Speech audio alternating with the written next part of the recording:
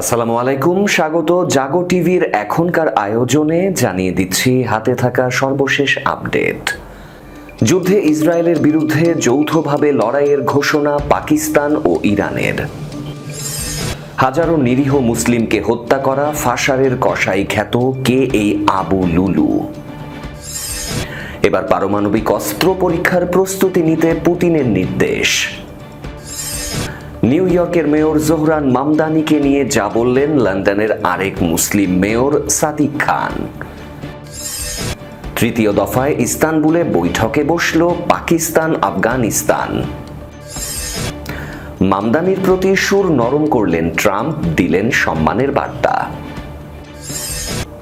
7টি নয় 8টি যুদ্ধ বিমান গুলি করে নামিয়েছে পাকিস্তান, ফের মোদির মিথ্যাচার ধরিয়ে দিলেন ট্রাম্প, অস্বীকার নয়াদিল্লির। শিরোনাম শুনছিলেন, এবার জানাবো বিস্তারিত খবর। যুদ্ধে ইসরায়েলের বিরুদ্ধে যৌথভাবে লড়াইয়ের ঘোষণা পাকিস্তান ও ইরানের। ইরানের সংসদের speaker Mohammad Bagher Ghalibaf Pakistan ও ইরান সম্পর্কের গভীরতার উপর জোর দিয়েছেন এবং উভয় দেশের মধ্যে অভিন্ন স্বার্থ ও অর্থনৈতিক সহযোগিতা সম্প্রসারণের বিষয়টিকে অগ্রাধিকার বলে তুলে ধরেছেন। সংসদীয় প্রতিনিধি দলের নেতৃত্ব দিয়ে পাকিস্তান সফরে আসা মোহাম্মদ বাঘের গালিবাফ ইসলামাবাদে ন্যাশনাল অ্যাসেম্বলিতে পাকিস্তান সংসদের স্পিকার আয়াজ সাদিকের সাথে সাক্ষাৎ করেন। নিজের সন্তোষ প্রকাশ করে গালিবাফ ইসরায়েলি আগ্রাসনের বিরুদ্ধে ইরানকে সমর্থন জানানোর জন্য পাকিস্তানি জনগণের প্রতি কৃতজ্ঞতা প্রকাশ করেন এবং বলেন, এই সংহতি দুই দেশের মধ্যে গভীর ও দীর্ঘস্থায়ী বন্ধুত্বের প্রতিফলন। তিনি আরও বলেন, কঠিন সময়ে একসঙ্গে দাঁড়ানো তেহরান ও ইসলামাবাদের শক্তিশালী সম্পর্ক প্রমাণ করে এবং আশা প্রকাশ করেন এই সফর আন্তঃসংসদীয় সম্পর্ককে আরও জোরদার করবে। ইরানি ভূখণ্ডে সাম্প্রতিক ইসরায়েলি হামলার প্রসঙ্গে গালিবাফ বলেন, প্রাথমিক কঠিন সময় সত্ত্বেও ইরান দ্রুত এবং নির্ণায়কভাবে এর সাড়া দিয়েছে। তিনি উল্লেখ করেন, 1948 সালে ইসরায়েলি শাসন প্রতিষ্ঠার পর থেকে তারা এমন উল্লেখযোগ্য আঘাতের শিকার হয়নি। তিনি জোর দিয়ে বলেন, ইরান ও পাকিস্তান তাদের অসংখ্য অভিন্ন স্বার্থের কারণে ইসরায়েলি সম্প্রসারণবাদ এবং এর সমর্থকদের মোকাবিলা করতে ঘনিষ্ঠভাবে সহযোগিতা করবে। গালিবাফ জানান, তেহরান এবং ইসলামাবাদের মধ্যে রাজনৈতিক, অর্থনৈতিক এবং সাংস্কৃতিক ক্ষেত্রে সহযোগিতার ব্যাপক সম্ভাবনা রয়েছে এবং তিনি পুনরায় নিশ্চিত করেন যে তার সফরের উদ্দেশ্য হল এই অংশীদারিত্বকে আরও গভীর করা। তিনি অর্থনৈতিক সহযোগিতাকে মূল অগ্রাধিকার হিসেবে বর্ণনা করেন এবং আশা প্রকাশ করেন দ্বিপাক্ষিক বাণিজ্য সম্প্রসারণের প্রচেষ্টা সফল হবে। পাকিস্তানের ন্যাশনাল অ্যাসেম্বলির স্পিকার আয়াজ সাদিক পাকিস্তানি জাতি ও সরকারের প্রতি ইরানের সমর্থনের জন্য ধন্যবাদ জানান। ইসরায়েলি হামলার জবাবে ইরানকে অভিনন্দন জানিয়ে তিনি বলেন, পাকিস্তানি পার্লামেন্ট এই আক্রমণকে নিন্দা জানিয়ে একটি প্রস্তাব পাশ করেছে। তিনি আরও উল্লেখ করেন, পাকিস্তানের দৃষ্টিকোণ থেকে ইসরায়েল উভয় জাতিরই একটি সাধারণ শত্রু। তিনি আরও বলেন, ইরান ও পাকিস্তান হলো একটি সীমান্ত দ্বারা বিভক্ত এক জাতি।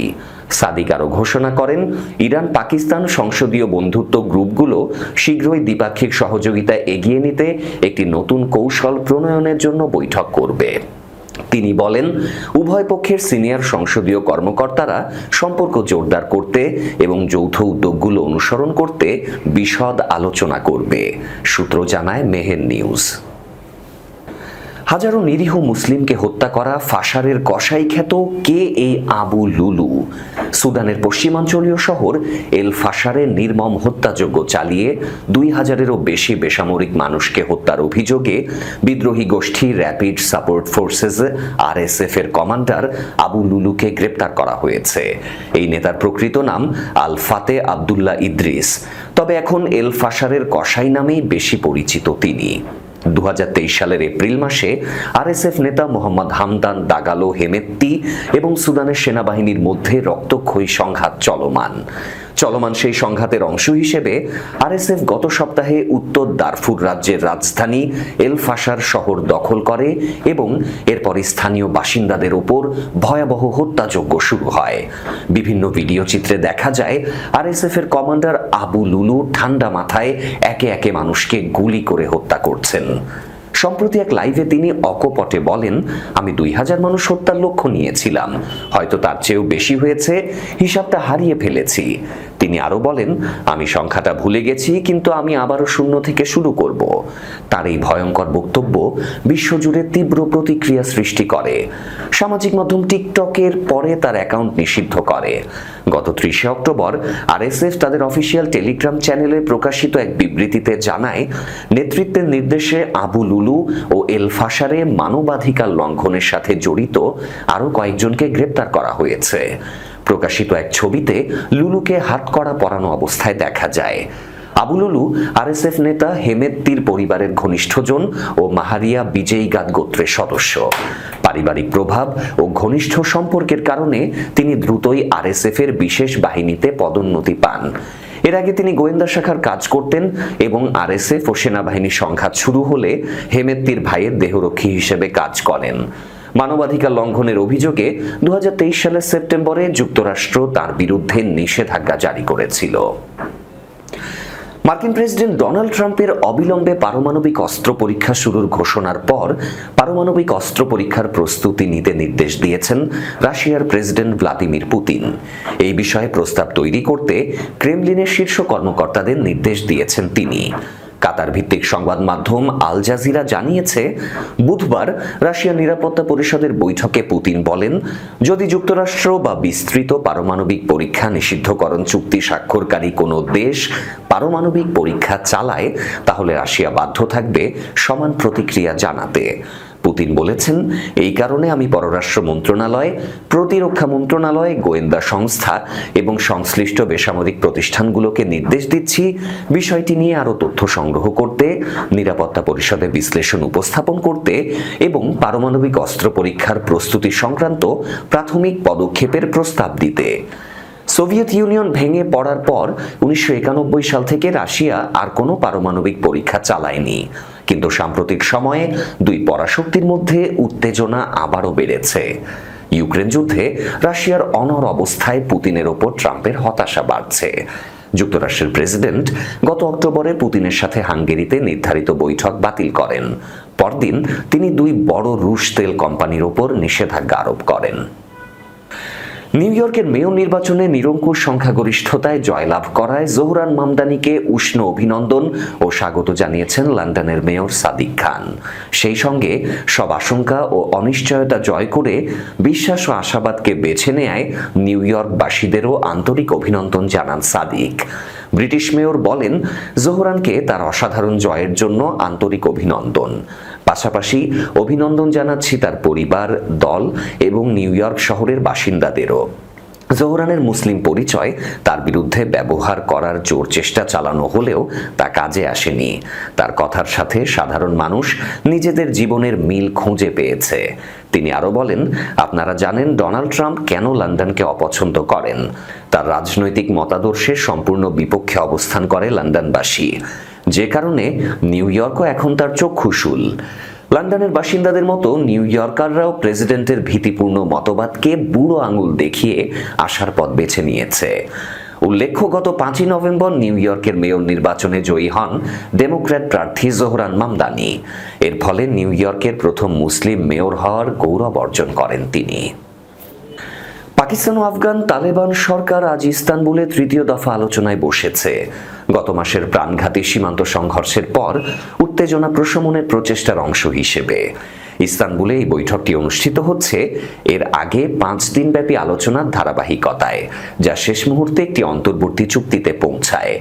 বৃহস্পতিবার 6 নভেম্বর এক প্রতিবেদনে এই খবর দিয়েছে জিও নিউজ। দ্বিতীয় দফা আলোচনা গত 25 অক্টোবর তুরস্কের ইস্তানবুলে শুরু হয়েছিল। তবে পাকিস্তান তালেবান প্রতিনিধি দলের অযৌক্তিক যুক্তি ও ইসলামাবাদের সীমান্ত পারের সন্ত্রাসবাদের উদ্বেগ সমাধানে অনীহার কারণে আলোচনাটি ভেস্তে যায়। পরে মধ্যস্থতাকারীদের প্রচেষ্টায় পাকিস্তানকে আলোচনায় ফের রাজি করানো হয়, যা শেষ পর্যন্ত যুদ্ধবিরতি বজায় রাখার এক চুক্তিতে পরিণত হয়। পূর্ববর্তী আলোচনার শেষে তুরস্কের পররাষ্ট্র মন্ত্রণালয় এক যৌথ বিবৃতিতে জানায়, সব পক্ষ যুদ্ধবিরতি বজায় রাখা এবং শান্তি নিশ্চিতের জন্য একটি পর্যবেক্ষণ ও যাচাই প্রক্রিয়া গঠনে একমত হয়েছে। বিবৃতিতে বলা হয়, সব পক্ষ এমন একটি পর্যবেক্ষণ ও যাচাই প্রক্রিয়া গঠনে একমত যা শান্তি বজায় রাখবে এবং লঙ্ঘনকারী পক্ষের বিরুদ্ধে শাস্তিমূলক ব্যবস্থা নেবে। এর একদিন আগে পাকিস্তানের প্রতিরক্ষা মন্ত্রী সংসদের বাইরে সাংবাদিকদের বলেন, আলোচনা তৃতীয় দফা শুরু করতে একটি প্রতিনিধি দল রওনা দিয়েছে।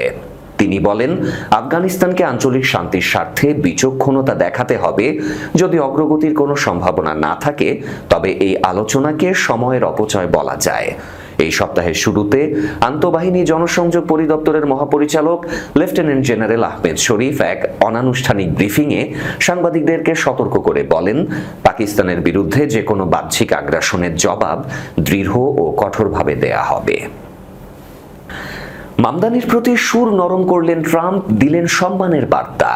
যুক্তরাষ্ট্রের প্রেসিডেন্ট ডোনাল্ড ট্রাম্প নিউ ইয়র্কের নির্বাচিত মেয়র জোহরান মামদানিকে সহায়তা করার জন্য তিনি উন্মুক্ত বলে জানিয়েছেন। একই সাথে সতর্ক করে তিনি বলেছেন, গণতান্ত্রিক সমাজতন্ত্রী মামদানিকে সফল হওয়ার জন্য ওয়াশিংটনের প্রতি সম্মানজনক হতে হবে। বুধবার এমন মন্তব্য করেন ট্রাম্প। মার্কিন প্রেসিডেন্ট এমন সময় মন্তব্যটি করলেন যখন মামদানি যুক্তরাষ্ট্রের বৃহত্তম শহরের প্রথম মুসলিম এবং প্রথম দক্ষিণ এশীয় মেয়র হিসেবে নির্বাচিত হওয়ার পর তার ট্রানজিশন টিম ঘোষণা করেছেন। মতাদর্শের ভিন্নতা থাকায় আগেই ট্রাম্প ও মামদানির মধ্যে উত্তপ্ত বাক্য বিনিময় চলছিল। এরই ধারাবাহিকতায় বিজয়ের পরপরই ট্রাম্পের বিরুদ্ধে দাঁড়ানোর প্রতিশ্রুতি দিয়ে মামদানি প্রতিক্রিয়া জানান। এরপর পাল্টা প্রতিক্রিয়া জানান মার্কিন প্রেসিডেন্টও। মেয়র নির্বাচিতদের মন্তব্যকে বিপজ্জনক হিসেবে বর্ণনা করেন তিনি। ফক্স নিউজকে দেয়া সাক্ষাৎকারে ট্রাম্প বলেন, তাকে ওয়াশিংটনের প্রতি কিছুটা শ্রদ্ধাশীল হতে হবে, কারণ যদি তিনি তা না করেন তাহলে তার সফল হওয়ার সম্ভাবনা নেই। মার্কিন প্রেসিডেন্ট আরও বলেন, আমি তাকে সফল করতে চাই, আমি শহরকে সফল করতে চাই। এরপর তিনি স্পষ্ট করে বলেন, তিনি নিউ ইয়র্ক সিটিকে সফল করতে চান, মামদানিকে নয়। মামদানিকে কমিউনিস্ট অভিহিত করলেও বুধবারের শুরুতে ট্রাম্প তার প্রশাসনে নতুন মেয়রকে সহায়তা করবে বলে জানায়। বলে, আমরা তাকে সাহায্য করব, আমরা চাই নিউ ইয়র্ক সফল হোক, এজন্য আমরা তাকে কিছুটা সাহায্য করব। এর আগে তিনি বলেছিলেন, কমিউনিস্ট মার্ক্সবাদীরা বিশ্ববাসীকে বিপর্যয় ছাড়া আর কিছুই দেয়নি এবং এখন দেখা যাক নিউ ইয়র্কে একজন কমিউনিস্ট কিভাবে কাজ করে। এছাড়া মঙ্গলবার নিউ ইয়র্কে মেয়র নির্বাচনের আগে মামদানির বিরুদ্ধে তীব্র সমালোচনা করেন ট্রাম্প এবং তাকে কমিউনিস্ট পাগল বলেও বর্ণনা করেন। সূত্র জানায় আল জাজিরা। 7টি নয় 8টি বিমান গুলি করে নামানো হয়েছে, ফের মোদির মিথ্যাচার ধরিয়ে দিলেন ট্রাম্প। অস্বীকার করল নয়াদিল্লি।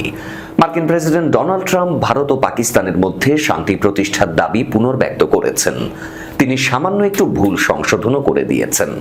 সম্প্রতি ট্রাম্প দাবি করেছেন, যুদ্ধের সময় ভূপাতিত হওয়া যুদ্ধ বিমানের সংখ্যা আসলে 7টি নয় বরং 8টি। মায়ামিতে অনুষ্ঠিত আমেরিকা বিজনেস ফোরামে মার্কিন প্রেসিডেন্ট বুধবার দাবি করেছেন, ভারত পাকিস্তানের মতো পারমাণবিক শক্তিধর দেশ মে মাসে নিজেদের বাণিজ্য চুক্তি বাতিলের হুমকি দেওয়ার পরে তার কথাতেই হয়েছিল শান্তি স্থাপন। যদিও ভারত পাকিস্তানের কাছে তাদের যুদ্ধ বিমান হারানোর কথা এবং ট্রাম্পের মধ্যস্থতায় যুদ্ধবিরতি হওয়ার কথা সবসময় অস্বীকার করে এসেছে। ভারত পাকিস্তান পর্ব ছিল 8টি সংঘাতের মধ্যে একটি। মার্কিন রাষ্ট্রপ্রধান ভারত পাকিস্তান যুদ্ধের পাশাপাশি কসোভো, সার্বিয়া এবং কঙ্গো রুয়ান্ডার যুদ্ধ থামিয়েছেন বলে দাবি করেছেন। তারপরই বিজনেস ফোরামে ট্রাম্প নিজেকে বিশ্ব শান্তিরক্ষী হিসেবে তুলে ধরার চেষ্টা করেছেন। মার্কিন রাষ্ট্রপ্রধানের কথায়, আমি ভারত ও পাকিস্তানের সাথে একটি বাণিজ্য চুক্তি করব বলে জানিয়েছিলাম। তারপর আমি একদিন সংবাদপত্রের প্রথম পৃষ্ঠায় পড়লাম, দুই দেশ যুদ্ধে লিপ্ত হচ্ছে। 7টি বিমান ইতোমধ্যে গুলি করে ভূপাতিত করা হয়েছে, 8মটির অবস্থানও গুরুতর। 8টি বিমান মূলত গুলি করে ভূপাতিত করা হয়েছিল। তখন আমি বলেছিলাম, দুই দেশ যা করতে চলেছে তাকে যুদ্ধ বলে। ভারত পাকিস্তান পারমাণবিক শক্তিধর দেশ, তাই তাদের আমি বলি, যতক্ষণ না তোমরা শান্তি চুক্তিতে সম্মত হও ততক্ষণ আমি তোমাদের সাথে কোনো বাণিজ্য চুক্তি করব না। ডোনাল্ড ট্রাম্প জানিয়েছেন, প্রথমে শান্তি চুক্তিতে দুই দেশের কেউই সম্মত হয়নি, বরং তারা জানিয়েছিল যুদ্ধের সাথে বাণিজ্য চুক্তির কোনো সম্পর্ক নেই। তার সংযোজন, দুই দেশই বলে বাণিজ্য চুক্তির সাথে যুদ্ধের কোনো সম্পর্ক নেই। আমি বলেছিলাম, অবশ্যই আছে, তোমরা পারমাণবিক শক্তিধর দেশ, আমি তোমাদের সাথে বাণিজ্য করব না। তোমরা যদি একে অপরের সাথে যুদ্ধে লিপ্ত হও তাহলে আমরা তোমাদের সাথে কোনো চুক্তি করব না। পরের দিনই ফোনে খবর পাই ভারত পাকিস্তান শান্তি স্থাপনে সম্মত হয়েছে। তখন আমি ধন্যবাদ জানিয়ে দুই দেশকে বলি, চলো বাণিজ্য করি। শেষ করব আজকের জাগো টিভি সংবাদ। শেষ করার আগে শিরোনামগুলো আরও একবার। যুদ্ধে ইসরায়েলের বিরুদ্ধে যৌথভাবে লড়াইয়ের ঘোষণা পাকিস্তান ও ইরানের।